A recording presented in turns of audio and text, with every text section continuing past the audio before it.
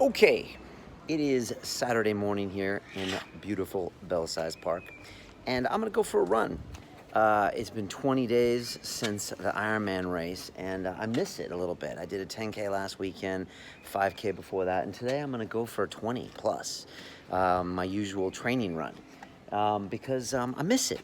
I miss pushing myself. I miss the whole thing. It's a beautiful sunny day. I'm gonna get some vitamin D. I'm not wearing many clothes for an old man, but I also don't give a fuck, which is nice.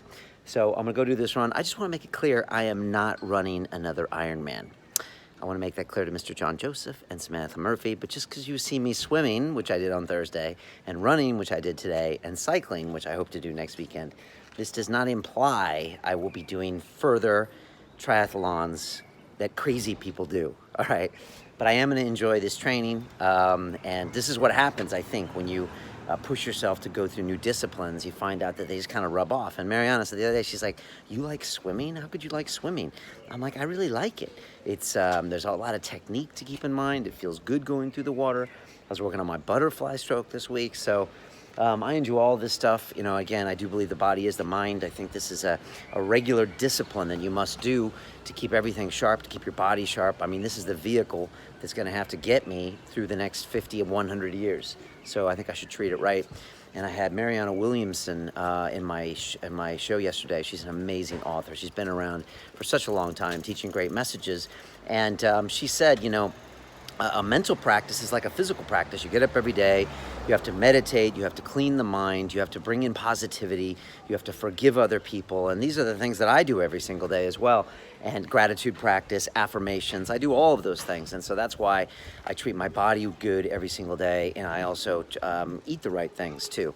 And I'll be releasing a video a little bit later today about what I've been eating lately, whether it's these things or some of these things that run around.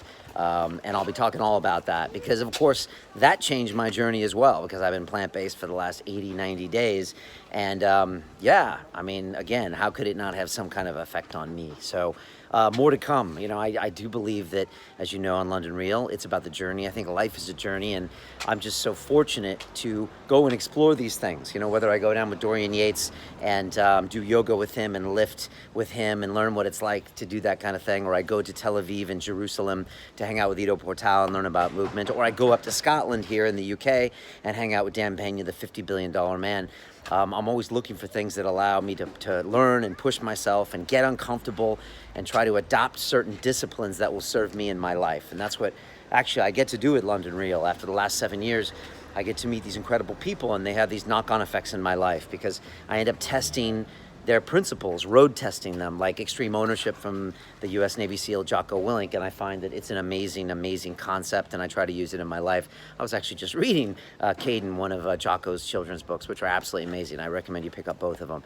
And so again, this is just me kind of adopting these habits, testing them, and then incorporating them into my life. And I do this kind of unconsciously, but now that I think about it, that is what I do. So, enough talking. This is what happens when I'm about to do a 22-kilometer run. I start talking. My monkey brain is trying to keep me from doing it because it knows it's going to be a little painful. So I got my nutrition here, got my gel packs. So see, I've learned that's some intellectual property. I'm going to do a water break around 8 kilometers in. There's a great well, actually, in Hempstead Heath.